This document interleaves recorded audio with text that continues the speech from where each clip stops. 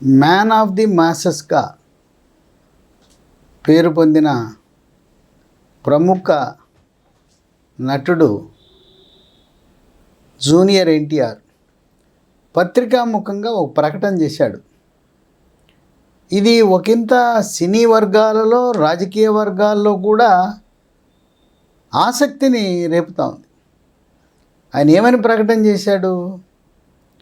అభిమానులు నా కోసం ర్యాలీలుగా, పాదయాత్రలుగా హైదరాబాద్ నగరం వస్తున్నారు. మీరు ఇబ్బందులకు గురవుతున్నారు. మీ ఆరోగ్యం గురించి జాగ్రత్త, మీ భద్రత నాకు చాలా ముఖ్యం.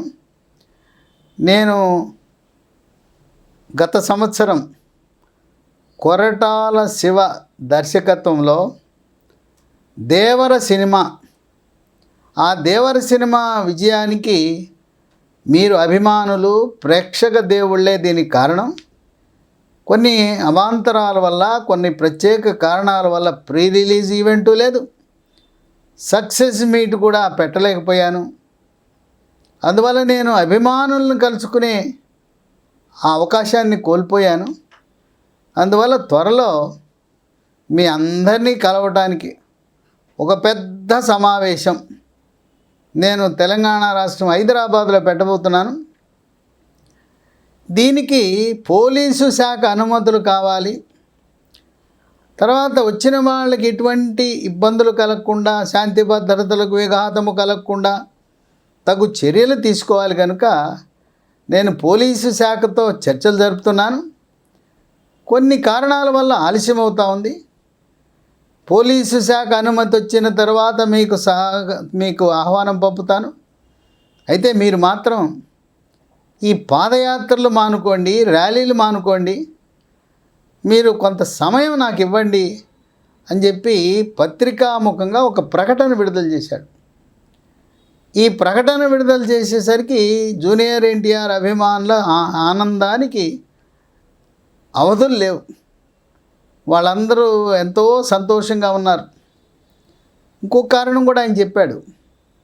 ఇప్పుడు ఈ సంవత్సరం నేను హృతిక్ రోషన్తో వార్ 2 అనే సినిమా తీస్తున్నాను. మరి అది ఆగస్టులో విడుదల కావాలి.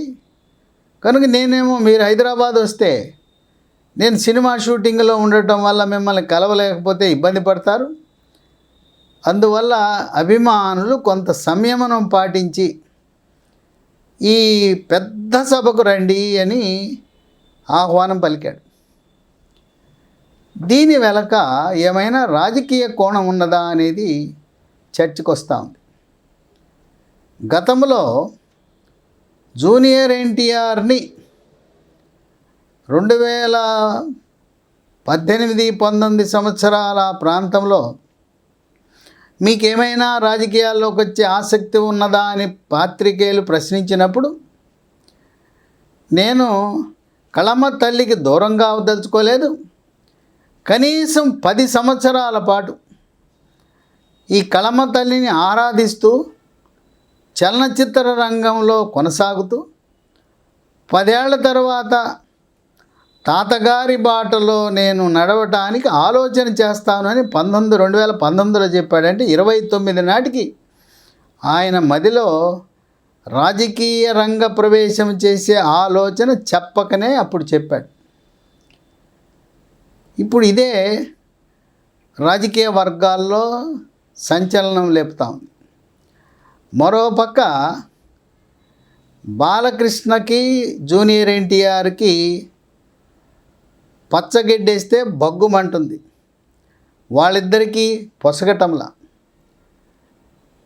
హైదరాబాదులో సెక్రటేరియట్ పక్క నుండి ఎన్టీఆర్ ఘాట్ దగ్గర అక్కడ ఎన్టీఆర్ జయంతి వర్ధంతి సందర్భముగా జూనియర్ ఎన్టీఆర్ ఫోటో పెట్టి వెలిసిన ఫ్లెక్సీలను బాలకృష్ణ హుకుం జారీ చేసి తన కార్యకర్తలతో ఆ ఫ్లెక్సీలను కూడా తొలగించడం అనేది ఆనాడు చర్చనీయాంశమైంది.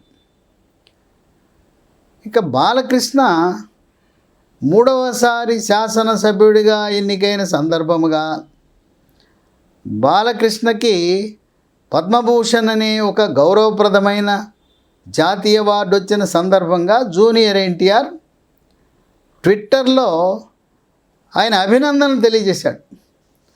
అభినందనలు తెలియజేస్తే ధన్యవాదాలు తెలియజేయటం అనేది చాలా సహజమైంది. కానీ బాలకృష్ణ ఏమాత్రం స్పందించలేదు. అంటే వాళ్ళిద్దరి మధ్యలో వైరము కొనసాగుతున్నదనేది విస్పష్టంగా జరుగుతూ ఉంది.